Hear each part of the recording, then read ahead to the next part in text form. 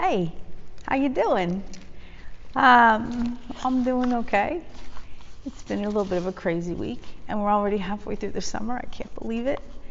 But the weather is gorgeous, and things are going. Things are a little different than they have been. It's getting a little harder out there with people getting sick again, and people not necessarily listening to each other. So this week I thought I would talk about connecting, which I talk about quite often because I feel the connection a lot, especially nowadays.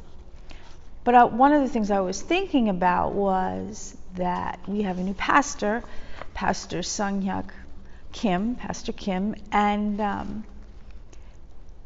I was thinking he has a really hard job right now, doesn't he? He has to connect with people he does not know. He has to know their names, and he's learning their names. He has to know what people do here, so he knows who to talk to. He has to know how things work. He has to know the people to call when there's an issue and the people to ask questions of. It's a way of connecting. You have to connect to learn those things, right? Now, there's other ways to connect. His connections right now, what I'm talking about is through work, but there's connections with your friends. So I have my friend that I talk about often, and we connect almost every day. Like every weekday we talk and connect, and it gets us through the day, both of us. There's connections with family, right? So you have to be able to have a conversation with people in your family. Because you're doing things together and you're helping each other. You connect with just the people in the grocery store. You have to have a conversation with the person that you're handing the money to, or understand that somebody is looking for something on the shelf, and you give them the time to do that. I connect with people when I walk, like even people in the car, because I have to kind of know from their perspective where I am. And that means I got to look around and be aware. So you connect in every part of your life. You connect with your pets, you connect with your dogs and your cats by knowing when to feed them or pet them or take them for a walk. All of this is basically looking at someone else's point of view. Understanding that other people have a different point of view than I do.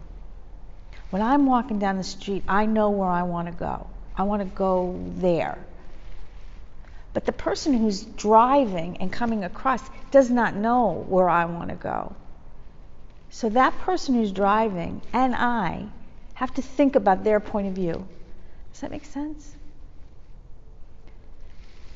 So I thought I would look up points of view in the Bible, right? So it's kind of hard to do that, but I found a couple, and I'm going to do this one last. Okay, so this is from Philippians, and it's the 2nd chapter, 3 and 4. When you do things, don't let selfishness or pride be your guide. Be humble and give more honor to others than to yourselves. Look at others' point of view. Figure out what they want. Don't be interested in only your life. Don't be interested in only your life, but be interested in the lives of others. Look at somebody else from their point of view. Connect with them from their point of view. The one that's the biggest one is in a couple different places. In John 15:12, it says, "This is my command." This is Jesus saying, "Love each other as I have loved you." And this is from Matthew 6:12. "Forgive the sins we have done, just as we have forgiven those who did wrong to us." It's kind of a golden rule. We kind of call it a golden rule. And the really cool thing about the golden rule is that it is found in almost every religious doctrine that exists on earth.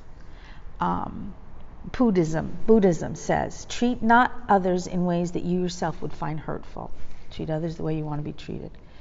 And Confucius, one word which sums up the basis of all good conduct: loving kindness. Do not do to others what you do not want done to yourself. It's the same words. Hindu, this is the sum of duty. Do not do to others what would cause pain if done to you. Baha'i faith, lay not on any soul a load that you would not wish to be laid upon you, and desire not for anyone the things you would not desire for yourself. Islam, not one of you truly believes until you wish for others what you wish for yourself. Look at this. Judaism, what is hateful to you, you do not do to your neighbor. This is the whole Torah. All the rest is commentary. This is exactly what Jesus said. Exactly. Native spirituality. We are as much alive as we keep the earth alive. Treat the earth the way you want to be treated. Sikh, I am a stranger to no one, and no one is a stranger to me. I am a friend to all. Across the board. Across the board. This is what's important. Okay. Why? When you make a decision at work, you make a decision on hiring someone, giving someone the day off, giving them a raise, where they're going to work. When you do those decisions, you have to look at their point of view. Yeah, you look at what your job needs, what your company needs, but you need to look at their point of view, because when you look at someone else's point of view, you can see what they will be good at. When you're making choices when you're listening to your friends and having conversations with your friends, if only you talk, if you are the only one who has a problem and you're the only one that talks all the time, you're not looking at other people. If you have family that you haven't talked to in a while, are you looking at what they're thinking? Because I guarantee you that what they're thinking is as important as what is important to you. Why is this so important to me? Why do I think it's important that we look at other people's point of view? One of the reasons is because God said, and Jesus said, and every religion that I could find said, it's important. But the other thing is, when you do that, when you look at somebody else's point of view, you learn. And you become a better person. You learn. You learn what to look for. I have learned in this job, in my preschool job, to look at a parent's point of view, because I'm a parent. And I can look at somebody and say, okay, well, on my point of view, this is what I'm dealing with at my school. But what are you dealing with at your house, with your child? And if I can learn how they handle their family and their child, I can learn how to deal with that child here. That's work. If I can look at someone else's point of view, then maybe I'm not going to get so angry all the time. Maybe there's going to be a little bit more understanding. Maybe God had a point. Maybe the point is, we want to be together. We want to live in this life together. God made us social, didn't He? We talk about that all the time. God made us social. But in order to keep that connection with other people, we have to look at their point of view. We have to think, what's going on in their world that I don't have in mine? And then you can make choices. If you know what someone else's gift is, you can give them the best job that you have at your business.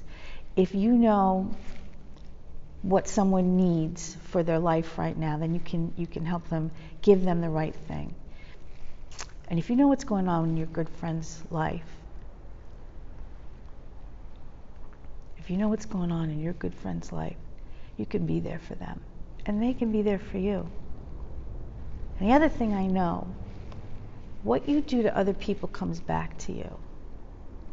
I know this not only because it's in every religion, but because I see it. And I tell you, I smile at someone, they smile at me. I say hello, they say hello back. And maybe they don't do it the first time, but by the third or fourth time, we're having a conversation. I give the dog my hand so that they can smell it.